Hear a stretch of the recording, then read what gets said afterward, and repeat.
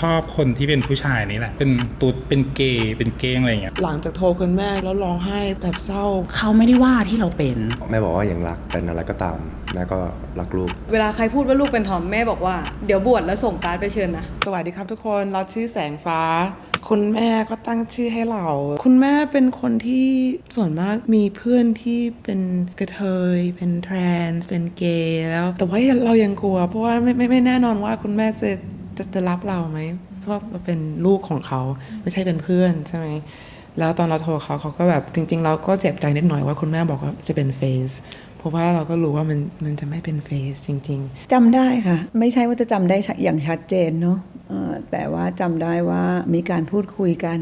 แล้วก็แสงพยายามบรรยายให้ฟังว่ากำลังมีการเปลี่ยนแปลงในรสนิยมด้านเพศเนาะความรู้สึกของแม่ก็คือมันเป็นจังหวะที่แสงกำลังค้นคว้าอะไรสักอย่างหนึ่งจริงๆต้อง come out หลายครั้งเพราะว่ามันเป็น process ไม่ใช่แค่เป็นแบบครั้งเดียวโอเค come out แล้วมันเสร็จแล้วตอนแรกคิดว่าเราเป็นเกย์แล้วตอนหลังก็ bisexual แล้วตอนหลังก็จริงๆก็ไม่รู้ว่าคิดชอบทุกคนแค่ energy มากกว่าแบบอะไรนะแบบ it's like your genitals so like what gender you are it's more about who you are so I like ก็ประมาณ3ครั้งแล้วหลังจากนั้นก็ต้อง come out ว่าโอเค I'm non binary อันนั้นก็เป็นอีกอย่างหนึ่งเลยอันนี้มันง่ายกว่าคุณแม่ยอมรับแบบทันทีเลยแล้วจริงๆแบบสู้ให้ทุกคนเห็นว่าเราเป็นคน non binary สำหรับเราเนี่ยมันเกิดความกระจ่างขึ้นในจังหวะที่แสงมาอธิบายเรื่อง non binary เรื่องว่าตัวเองรู้สึกว่าเป็นทั้งหญิงทั้งชายในร่างเดียวกันทั้งที่เราเนี่ยเป็นคนยอมรับทุกคนในสภาพความเป็นจริงของตัวเองจะเป็นยังไงก็ได้เราชอบให้คนเป็นตัวของตัวเองเราชอบให้คนแสดงออกแต่พอมันเป็นลูกเราเองเนี่ยมันมีขบวนการของการย่อยข้อมูลให้มันรู้สึกว่ามันคือใช่คิดว่าตอนนี้มนุษย์ไม่มีคำที่จะเข้าใจตัวเอง พูดตรงๆนะแบบเราก็เป็นทุกอย่างเลยแบบผู้หญิงหรือผู้ชายก็รวมก็เหมือนชื่อของเราชื่อแสงฟ้านี่ก็เป็นชื่อผู้หญิงกับผู้ชายแล้วก็มาคู่กันในใจของเราแล้วก็เป็นแบบนี้อันเนี้ยสำหรับแสงจังหวะนั้นนะมันเป็นเรื่องสำคัญมากแล้วเป็นเรื่องที่แบบกระทบใจแสงมากเลยแม่ก็เลยแบบต่อสู้เพื่อแสงทั้งที่ตัวเองก็อาจจะไม่เข้าใจเต็มร้อยว่ามันคืออะไรแต่ว่าแน่นอนอย่างเช่นแค่เรียกชื่อว่า they them หรือว่า he เนี่ยเราก็พยายามที่จะเรียกเพราะครอบครัวเนี่ยจะแบบมีปัญหากับตรงนี้มากเลยบอกเฮ้ยงงมากเลยนะแบบเฮ้ย them นี่เหมือนกับมาหลายคนอะไรเงี้ยแบบคือเราพูดถึงใครอะไรแบบแต่ถ้าใช้ภาษาไทยนี่ไม่ค่อยเท่าไหร่แต่ว่าถ้าเป็นภาษาอังกฤษเนี่ยมันค่อนข้างจะสับสนแล้วก็แต่เราก็แบบต่อสู้เพื่อลูกเพราะว่ามันคือความสุขของเขาเนอะเราเห็นเลยอะว่าถ้าแสงมีคนเรียกเนี่ยมันเหมือนกับคนได้เห็นเขาเป็นตัวของตัวเขาเองจริงๆคิดว่าตอนนั้นคุณแม่รับไม่ได้นะคิดว่าคุณแม่แบบรักลูกมากซึ่งก็พยายามเห็นใจเราแต่ว่าตอนนั้นเพราะว่าคุณแม่แน่นอนว่ามันจะเป็นเฟสแล้วแสงก็จะเป็นแบบมนุษย์ธรรมดา แต่ว่าไม่ใช่หลังจากโทรคุณแม่แล้วร้องไห้แบบเศร้าเพราะว่านุ่นนึกว่าคุณแม่เป็นคนที่คิดกว้างมากแบบ really modern thinking แต่ว่าเขาไม่เห็นลูกแล้วแบบไม่ได้ตอนนั้นคิดว่าร้องไห้แน่นอนในการเป็นแม่ของคนในยุคนี้บางทีมันรู้สึกยากที่จะซัพพอร์ตลูกได้เต็มที่เพราะว่ามันเหมือนกับมันเป็นจังหวะที่สังคมมันกำลังค้นหาตัวเองอยู่แล้วในการที่นิสัยใจคอของคนในครอบครัวเรามันมักจะเป็นพวกนักบุกเบิกแล้วก็แบบเบิกทางใหม่เนี่ยเรามีส่วนในใจที่เข้าใจว่ามันมีส่วนหนึ่งที่เราไม่สามารถที่จะเข้าไปถึงได้เพราะว่าแสงอ่ะก็เป็นนักบุกเบิกเหมือนกันแสงก็กำลังตัดทางใหม่เหมือนกันแล้วอันนั้นน่ะเป็นจุดที่ทำให้แม่แบบรู้สึกมันไม่ใช่เป็นความเสียใจนะแต่มันเป็นความที่เหมือนกับมันเป็นความเข้าใจที่อาจจะอุ้มทุกข์นิดนึงในเรื่องของว่าเราเข้าไปไม่ถึงเราต้องให้แสงอะเจอเองแล้วจากจุดนั้นอะเราเป็นตัวยอมรับอย่างเดียวไม่ใช่อย่างเดียวแต่ว่าเป็นตัวที่อยู่ตรงนี้ถ้าสมมติแสงจะเจ็บแสงจะปวดแสงจะอะไรเราอยู่ตรงนี้แต่ว่าตรงนั้นอะเราอาจจะเข้าไม่ถึงมันเป็นความรู้สึกอย่างนั้นมากกว่าจะขอแสดงความรู้สึกก่อนได้ไหมรู้ว่าแม่ขอโทษที่แม่ไม่ได้ที่แม่ขอโทษที่แม่ไม่ได้แบบเนาะให้แสงรู้สึกแบบไม่ได้ปลอบใจแสงในวิธีที่แสงอยากได้อยากสัมผัสอ่ะขอโทษทีนะลูกนะ ก็โอเคเป็น character building จ้ะ ว่าเราต้องตอนนั้นเราก็รู้สึกว่าเราบอกคุณแม่เพราะว่าอยากจะให้คุณแม่มาสู้กับเราตอนนั้นนะแล้วเราก็กลัวโลกเราก็ไม่ยอมรับคนที่จะต่างกันแบบนั้นแล้วแม่ก็ไม่ยอมรับด้วยตอนนั้นว่าเป็นอะไรแบบจริงๆแล้วแต่ว่ามันก็โอเคจ้ะเพราะตอนหลังก็กลับมาโอเคแล้ว แต่แม่มาสู้ให้ที่หลัง ใช่มาสู้ แต่ว่าตอนนั้นไม่ ตอน ได้ นั้น สู้ ไม่ได้สู้ แบบ เนอะตั้งแต่ยกแรก ใช่แต่ว่าตอนหลังก็มาสู้ก็โอเคแล้ว โอเคไม่เป็นไร จ้ะ thank you โอเค ก็ดีใจนะ ทางที่คุณแม่ก็จริงๆไม่ค่อยเข้าใจเขาก็ยังกล้าที่จะพยายามลองใช้คำนี้มันก็แบบทำให้เรามั่นใจตัวเองแล้วมั่นใจว่าคุณแม่จะเดินทางกับเราแบบ มา on this สู้กับ part แสง ใช่ มาสู้เพื่อแสงกับแสง แต่เรื่องเพศตอนเด็กๆตลกมากนะ ตลก คุณแม่ก็จะให้สายฟ้าก็ใส่ชุดผู้หญิงแล้วก็คงจะชอบมาทักเป็นผู้ชาย ทั้งๆที่แบบใส่กระโปรงสีชมพูใส่โบใส่อะไรเนี่ยทุกคนโอ้ยลูกชายน่ารักจังเลยนะอะไรเงี้ยแบบซึ่งจริงๆคนก็มองเห็นแสงมาตั้งนานแล้วนะจริงๆ ตลกมากในชีวิตของเราโชคดีมากเพราะว่ามีคุณแม่ที่เป็นแบบนี่ก็เป็นสไตลิสต์เป็น creative director ทำอะไรสนุกตลอดเวลาเลย แล้วเราก็ได้มีโอกาสที่จะไป follow you ไปทำอะไรสนุก อ๋อโอ้พูดแล้วจะร้องไห้ so close เพราะว่าแบบเนอะเราก็มีความภาคภูมิใจในลูกนะแสงเป็นเด็กที่ฉลาดมากแล้วก็ชอบแบบจริงๆคนชอบเรียกว่ายายหรือตาตั้งแต่เด็กเพราะว่าเป็นเหมือนกับคนแก่กับชาติมาเกิด แล้วก็จะมักจะสอนพวกผู้หลักผู้ใหญ่จริงๆแล้วอะแล้วก็พอเด็กๆมีความคิดที่แบบเกินอายุนะมองเห็นสถานการณ์อะไรแล้วเก็บเอาไปคิดแล้วก็แบบคือสะท้อนกลับมาให้ด้วยความเมตตาแล้วด้วยความแบบอยากที่จะช่วยให้มันดีขึ้นอะไรเงี้ยคือเราก็เอ็นดูนะมันเป็นความน่าเอ็นดูของแสงว่าแบบอุตส่าห์มีใจเอาไปคิดแล้วก็เอาไปแบบเนื้อหาวิธีทางแก้ปัญหาอะไรเงี้ยแสงมักจะเป็นคนแบบนั้นโดยนิสัยของแสงเนี่ยมันค่อนข้างจะเอ็นดูตรงเนี้ยแล้วก็ซึ้งใจกับตรงนี้จะเป็นอะไรก็ได้ขอให้เป็นตัวของตัวเองแล้วมีความสุขเนอะในตัวตนของเราเนี่ยก็พอแล้วใช่ ได้ สวัสดีครับนอตครับ จริงๆก็ระบุว่าชอบคนที่เป็นผู้ชายนี่แหละ แต่ว่าเป็นตุ๊ดเป็นเกย์เป็นเก้งอะไรอย่างเงี้ยมันแล้วแต่วินาทีเลยอะเรา ถ้าย้อนกลับไปตั้งแต่เด็กๆเราว่าเรื่องนี้มันไม่ต้องบอกเลยอะมันชัดตั้งแต่แบบเราซื้อตุ๊กตาบาร์บี้ขอให้แม่ซื้อตุ๊กตาบาร์บี้ให้หรือว่าเอาเศษผ้าจากแบบป้าข้างบ้านที่เย็บผ้าเนี่ยขอให้แม่ไปเอามาให้เพื่อแบบมาตัดชุดใส่บาร์บี้อะไรเงี้ยแล้วก็หรือว่าจะเป็นแบบการที่เพื่อนมาบ้านทีหนึ่งแบบ10 คนแล้วเป็นตุ๊ดหมดเลยกรีดเสียงดังอะไรเงี้ยหรือจะเป็นแบบกิจกรรมที่โรงเรียนงานประกวดชุดรีไซเคิลหรือว่าแบบอะไรต่างๆคือผู้ชายเขาไม่ทำกันอ่ะแต่เราก็เลยรู้สึกว่าเราไม่ต้องบอกเลยแต่ว่ามันมีจุดหนึ่งที่แบบชัดมากๆคือเราอกหักจากเพื่อนผู้ชายในห้องแล้วเราก็พูดกับแม่ตรงว่าเราอกหักจากเพื่อนผู้ชายคนนี้มันน่าจะเป็นจุดที่ชัดที่สุดว่าแบบโอ้ยฉันชอบผู้ชายนะอะไรอย่างเงี้ยแม่คงรู้ชัดอยู่แล้วว่าเราเป็นยังไงเราก็เลยกล้าพูดคำว่าแบบชอบผู้ชายไปแบบที่ไม่เขินอายอะไรเลยอย่างเงี้ยแล้วเราก็มองกันว่าแบบเราเป็นเพื่อนกันมากกว่าคือตัวเองเป็นพยาบาลเพราะฉะนั้นเนี่ยคือให้เขาเกิดมาสมบูรณ์แข็งแรงเนี่ยก็คือนับว่าเป็นความหมายของชีวิตอันสูงสุดแล้วแล้วที่สำคัญที่สุดเนี่ยเขามากกว่าลูกคือการที่เป็นซิงเกิลมัมเนี่ยก่อนมันเป็นครอบครัวที่แบบว่ารุนแรงเนาะมันมีการทะเลาะกันรุนแรงการทำร้ายร่างกายอย่างเงี้ยค่ะเพราะฉะนั้นเนี่ยเวลาเราคิดจะจากโลกนี้ไปเนี่ยหน้าเขาจะลอยมาทุกครั้งแล้วทำให้เรารู้ว่าเฮ้ยความหมายของชีวิตเนี่ยมันมีอยู่จริงซึ่งเขาคือความหมายของชีวิตเขาไม่ใช่แค่ลูกที่ออกจากต้นแต่เขาคือความหมายที่ทำให้เรามีชีวิตอยู่จนถึงวันนี้ค่ะยิ่งโตขึ้นเราก็จะแบบสามารถโทรไปบอกแม่ได้เลยว่า แม่แบบตอนเนี้ยเหงามากคืออยากมีผัวอะไรเงี้ยซึ่งแม่เราก็มองเป็นเรื่องตลกว่ามันก็แบบไม่ได้แย่อะไรเงี้ยแล้วก็ชอบปรึกษาแม่บางทีแม่ก็เริ่มแบบโอ้ยมีหมอที่ทำงานของแม่แบบว่าเขาน่ารักมากอย่างนั้นอย่างนี้อะไรเงี้ยก็ดูเป็นซัพพอร์ตเป็นเพื่อนกันอะไรเงี้ยลูกเนี่ยเหมือนลูกเติมเต็มในสิ่งที่เราไม่ได้ทำคือเป็นคนที่เล่นตุ๊กตาตั้งแต่เด็กวาดเองแต่งชุดออกแบบดีไซน์เหมือนเขาทำทุกอย่างแทนเราที่เราไม่ได้ทำที่เราไม่มีโอกาสทำเพราะฉะนั้นเนี่ยตั้งใจไว้ว่าไม่ว่าลูกจะเป็นยังไงจะให้โอกาสลูกให้มากที่สุดไม่ว่าลูกจะเรียนอะไรไม่ว่าลูกจะยังไงขอให้ลูกเป็นคนดีแล้วก็มันจะมีพาร์ทในครอบครัวของเราอีกพาร์ทหนึ่งคือตอนที่เราแบบกล้ากลัวๆที่จะบอกอะไรเงี้ยคือแม่เรากับพ่อเราเนี่ยคือแยกทางกันใช่ไหมก็เป็น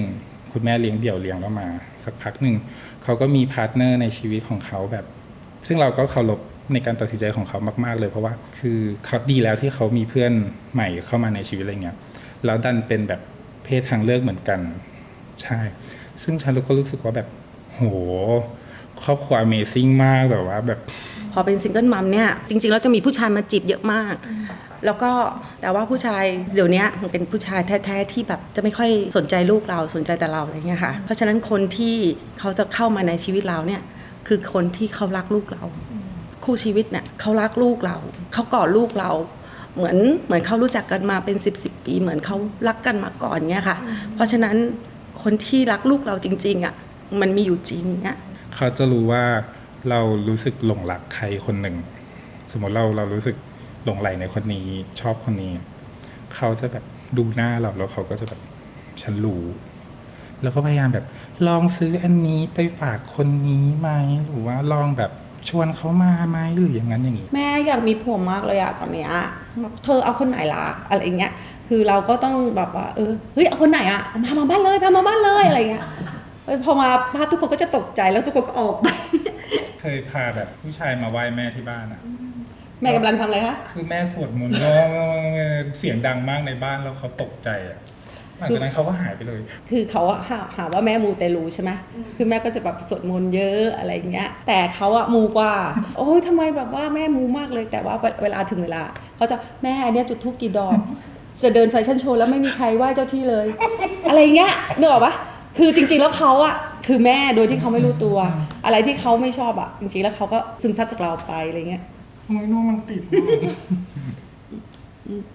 ฟ้าค่ะอายุ27 ปีค่ะเป็นช่างศักดิ์เป็น tattoo artist จริงๆเขาเป็นเด็กที่เกิดมาเป็นเพศสภาพผู้หญิงใช่ไหมแต่ว่าเราก็คิดว่าเราเป็นเด็กผู้หญิงคนหนึ่งไม่ได้รู้สึกว่าเราเป็นอะไรแต่ว่าเราเกิดมาเราหน้าตาแบบนี้เป็นแบบนี้ทุกคนว่าบอกว่าเราเนี่ยคือเพศหญิงอะไรเงี้ยแล้วพอเราโตขึ้นเราชอบเล่นกับเด็กผู้ชายเราชอบทำกิจกรรมที่เด็กผู้ชายทำปีนต้นไม้ยิงหนังสติ๊กปั่นจักรยานอะไรที่แบบเล่นกับเด็กผู้ชายเราก็จะรู้สึกว่าตอนนั้นน่ะเรารู้สึกว่าเราแบบโตมาเป็นความเป็นทอมบอยพอโตขึ้นมาอีกหน่อยเราทำความรู้จักกับตัวเองมากขึ้นเราไม่ได้รู้สึกเราอยากจะ identify ตัวเองเป็นแบบนั้นอะไรเงี้ยค่ะเรารู้สึกว่าเราก็เป็นเราคนหนึ่งที่ไม่ใช่แค่คนที่จะชอบได้แค่ผู้หญิงที่ชอบผู้หญิงที่มีบุคลิกนี้เท่านั้นใช้เวลาทั้งชีวิตเลยเพิ่งมารู้สึกว่าตัวเองแบบอยากคิดจริงๆว่าตัวเองอยากเป็นอะไรเป็นประมาณไหนคือตอนเร็วๆเนี่ยประมาณปี2 ปีแบบช่วงประมาณนี้มากกว่าแต่ว่าอยู่กับความซัฟเฟอร์มาตั้งแต่เด็กทั้งชีวิตเลยไม่เคยบอกแม่ว่าเราเป็นอะไร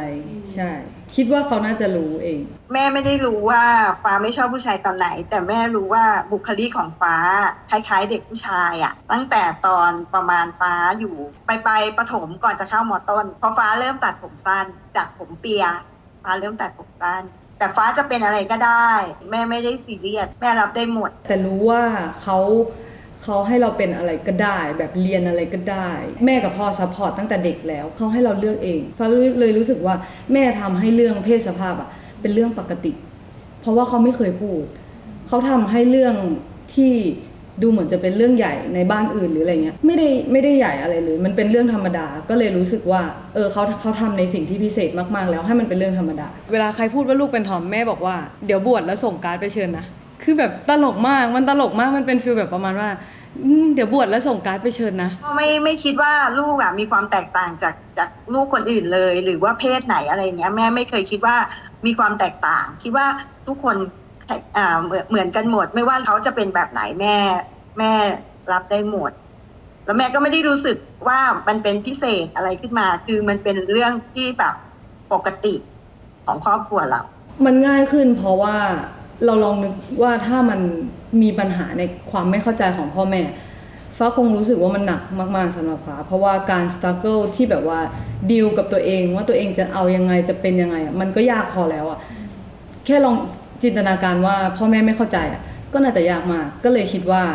เขาเข้าใจอยู่แล้วอ่ะมันน่าจะช่วยฟ้าได้เยอะมากในการที่แบบฟ้าหาตัวเองหรือแบบคุยกับตัวเองช่วยได้เยอะมากมากฟ้ารู้สึกขอบคุณทุกวันที่แบบว่าที่ฉันเป็นลูกเขารู้สึกขอบคุณทุกวันเลยจริงๆเพราะว่าถ้าไม่ใช่แม่ฟ้า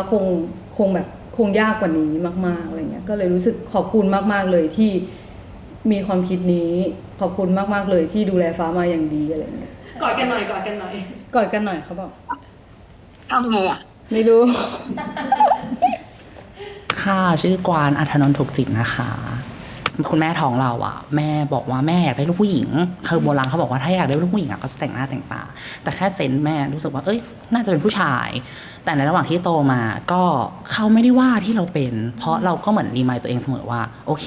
เราเป็นตรงเนี้ยให้เขาไม่ได้ดังนั้นเราต้องเรียนให้ดีให้เขาไม่อายใครเขาก็ไม่ว่าเขาไม่เคยว่าเลยแบบการที่เราพูดค่ะหรือหนูอะไรเงี้ยเขาไม่เคยว่าเพราะว่านี่จะแทนตัวเองแบบกับที่บ้านอยู่แล้วว่าหนูด้วยความว่าเขาเติบโตมาด้วยความที่เขามั่นใจในสิ่งที่เขาเป็นไม่ว่าเขาจะ define มันว่าอะไรอย่างเงี้ยถ้าเขามั่นใจกับมันอ่ะเขาก็พร้อมที่จะยอมรับว่าเขาเป็นสิ่งนี้เพราะฉะนั้นเขาก็จะไม่ได้มีปัญหาจากการที่จะโดนบูลลี่หรืออะไรเพราะเขาแบบเหมือนมีแบ็คกราวด์ที่มั่นคงแล้วก็มีซัพพอร์ตที่ดีเพราะฉะนั้นเขาก็จะแบบสามารถแบบดีเฟนต์ตัวเองแล้วก็แบบยืนหยัดในความเป็นตัวเองได้แบบได้ดีอะไรเงี้ยการที่โดนล้อว่าเป็นกระตุ้นเป็นกระเทยหนีอะไรเงี้ยเราก็รู้สึกกลัวแต่พอเหมือนโตขึ้นเราได้คำนึงจากพี่ลูกกอล์ฟว่าแบบถ้ายูโดนด่าว่าเป็นกระเทยยูแค่สวนกลับไปว่าก็ใช่ฉันเป็นก็เลยลองจำคอนเซปต์นั้นมาใช้ดูก็กลายเป็นว่าคนที่พูดแบบนั้นกับเราแล้วเราสวนนั้นกลับไปกลายเป็นว่าเขาค่อนข้างเกรงใจเราทันทีทุกคนต้องก้าวผ่านตรงนี้ไม่ว่าจะเป็นเรื่องอะไรไม่ว่าจะเป็นเรื่องเรียนเรื่องงานเรื่อง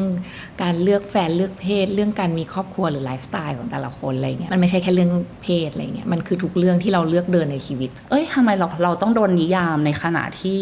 ทำไมเราไม่นิยามตัวเองไปเลยล่ะเราชิงด่าตัวเองก่อนสิหรืออะไรอย่างเงี้ยครั้งแรกเจอกันเมื่อ10 กว่าปีที่แล้วจริงๆตอนแรกเจอป้าครั้งแรกก็แค่รู้สึกว่าคนนี้น่าจะช่วยอะไรเราได้เพราะว่าต้องทำงานกับผู้ใหญ่หลายคนแล้วป้าจะเป็นคนที่อยู่ตรงนั้นแล้วเหมือนคอมเพลมไพร์ให้เราได้หาทางออกให้เราได้นะคะที่เราไม่ได้รู้โปรเซสการทำงานอะไรเลยถ้าเราไม่ซัพพอร์ตเขาเราก็ต้องทำเอง อ๋อเหรอใช่ยูจะทำแบบนี้ก็ได้แต่ผลที่ตามมาจะเป็นแบบนี้มันกลายเป็นว่าเราอ่ะมีผู้ใหญ่มาไกด์แล้วบวกกับเป็นคนที่ชอบคุยกับผู้ใหญ่อยู่แล้วจริงๆที่ชอบคุยกับผู้ใหญ่เพราะว่าเราอ่ะจะได้เรียนรู้ประสบการณ์เขาในขณะที่เราไม่ต้องทำเขาเจอแล้วเขาแค่บอกเราจะได้ไม่ทำอะไรอย่างนี้แล้วถ้าเป็นพาร์ทของแบบ family มันเป็นมากกว่าครอบครัวไปแล้วอ่ะเพราะว่าอย่างช่วงแบบเขาดาวเขาก็ฮิลแบบว่าไปนั่นไปนี่กันแบบหาวิธีการแก้ปัญหาของอารมณ์กันหรือเรื่องของงานเองเนี่ยเขาก็ซัพพอร์ตเราในพาร์ทแบบในหลายพาร์ทเขาก็สอนงานเขาก็บอกวิธีแบบเจอคนแบบเนี้ยอย่าทำแบบนี้นะหรือถ้าเจอคนอย่างเงี้ยโอเคคีปไว้นะเขาน่ารักแบบนี้ดีอะไรเงี้ยก็ไกลไลน์ก็เรียกว่าเป็นพ่อกับเป็นแม่ได้มันเหมือนมันเป็นเขาเรียกอะไรอ่ะมันเป็นคอมฟอร์ตสเปซที่เราสองคนแบบโยนทุกอย่างลงไปกองไว้ด้วยกันแล้วก็ช่วยกันผ่านมันมามันไม่ใช่ว่าแบบพุทธซัพพอร์ตกวานคนเดียวหรือว่าเพราะมันก็จะมีบางเคสที่เราเองก็ใช้พึ่งพาเขาเหมือนกันอะไรเงี้ยก็มีหลายๆครั้งเนาะก็คือแบบว่าพุทธก็แบบกวานช่วยป้าหน่อยอะไรเงี้ยตลอดแล้วก็ผัดกันป้าเมื่อกี้ป้าบอกว่าเราโยนเรื่องทุกอย่างไปกองซึ่งเราโยนจริงๆแบบโอเควันนี้อยากบ่นป้าก็เลิศดีทำดีอย่างเงี้ยแหละไปสนใจแล้วพอเขาไม่ดีก็เราจะทำอย่างนี้ไม่ได้เราต้องไปเลยเราสะสมความเป็นตัวเองมากี่ปีเราจะมาเสียความตัวเองไม่ได้ใช่แล้วก็คือจะเตือนกันหรือว่าเราจะเล่าเรื่องที่มันแบบโจ๊กดีมากดาร์กไซด์สุดๆของแต่ละคนอะไรเงี้ยก็เล่ากันทุกเรื่องเนาะ คือเราไม่เห็นต้องเป็น define ว่าใครจะต้องเขาว่าต้องเราไม่จำเป็นจะต้องมีเซฟโซนเฉพาะคนในครอบครัวนี่มันค่อนข้างยึดติดค่ะจริงๆมันคือใครก็ได้ใครสักคนที่แบบเราเจอหรือเราเดินไปชนแล้วเราคุยกันรู้เรื่องอะไรเงี้ยแล้วมันทุกอย่างมันถูก develop ใช่ไหมมันใช้เวลาอะไรเพราะบางคนในครอบครัวก็ไม่ได้เข้าใจนะเหมือนอย่างตัวพุทธเองอย่างเงี้ยกวางรู้สึกว่าคำว่าครอบครัวมันใช้กับใครก็ได้ที่เราสนิทเนาะอย่างที่พี่จีพูดไปอย่างแบบอย่างคนที่กวางรักอย่างเนี้ยก็รู้สึกว่าก็เป็นครอบครัวกวางคนหนึ่งกวางนิยามคนที่กวางรักกวางนิยามคนที่กวางคีปเขาไว้ในชีวิตกวางนะคือครอบครัวหมดเลยแม้ว่าโอเคมันอาจจะมีเรื่องกระทบกระทั่งหรืออะไรกันก็แล้วแต่ท้ายสุดแล้วถ้าเรามองเห็นเขาอยู่ในอนาคตของเราคนเราคนหนึ่งก็เป็นคนของครอบครัวแล้วคำว่านิยามที่แบบคนนี้ไม่ได้เป็นคนในครอบครัวแล้วทำไมเราถึงรู้สึกก็เลยมองว่าทุกคนสามารถเป็นเซฟโซนของเราได้แต่แค่อยู่ที่ว่าเลเวลไหนมากกว่าก ลับแล้วนะ ผมชื่อมาร์คนะครับผมเป็นเกย์ครับวันนั้นนั่งกินข้าวอยู่กับแม่แล้วก็แม่ก็ถามโดยตรงเลยว่าเป็นหรือเปล่าตกใจมาก คือตกใจ คืออึ้งเลยไม่รู้ว่าคือพอถามปุ๊บผมก็แบบเราต้องพูดนะนี่แหละโอกาสนั้นนะที่เรานึกถึงมานานแล้วมาแล้วแต่ว่ามาเร็ว พอดีเขาคุยถึงเรื่องเพื่อนเขาที่เป็นเกย์แล้วก็แบบว่าคุณพ่อคุณแม่เขาไม่รับเขาก็แบบกังวลมากแล้วเขาก็จะคุยเรื่องนี้มานานละบอกเพื่อนเขาเป็นอย่างนั้นนะเป็นอย่างนี้นะ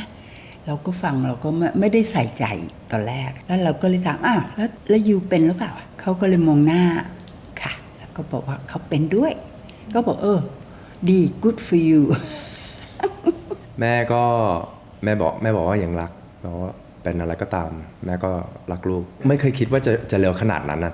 ที่เขาจะถามอะไรประมาณนี้เพราะรู้ตั้งแต่เด็กเลยว่าเป็นเกย์ก็เลยคิดในใจว่า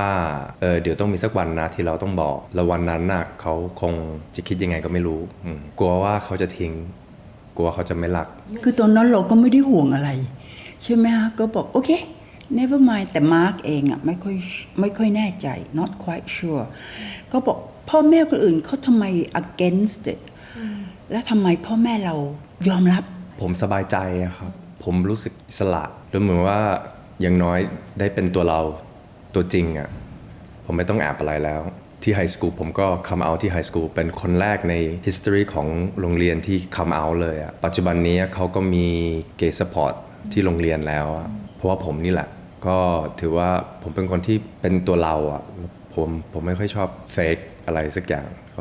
ก็เลยที่ได้มีโอกาสเป็นตัวจริงเข้าใจว่าตัวเองเป็นเกย์แสดงได้ผมก็รู้สึกว่าโชคดีไม่ห่วงค่ะไม่ห่วงเพราะว่าถือว่าเขาเป็นคนดีเขาไม่ได้ทำอะไรผิด it's just his choice ก็อยากจะบอกแม่ว่าขอบคุณมากแล้วก็ที่เข้าใจแล้วก็มีพ่อแม่มีคนหลายคนที่แบบไม่มี relationship กับพ่อแม่แต่ว่าผมสนิทมากกับแม่เหมือนมันเป็น best friend ขาดแม่ไม่ได้หรอกอยู่ด้วยกันมานานทำอะไรก็แม่ก็ยอมรับก็ผมก็โชคดีมากก็รักมากแม่ทั้งแม่และดดดี้ก็รักแล้วก็เข้าใจนะฮะ not only me but dad too so yeah I love you too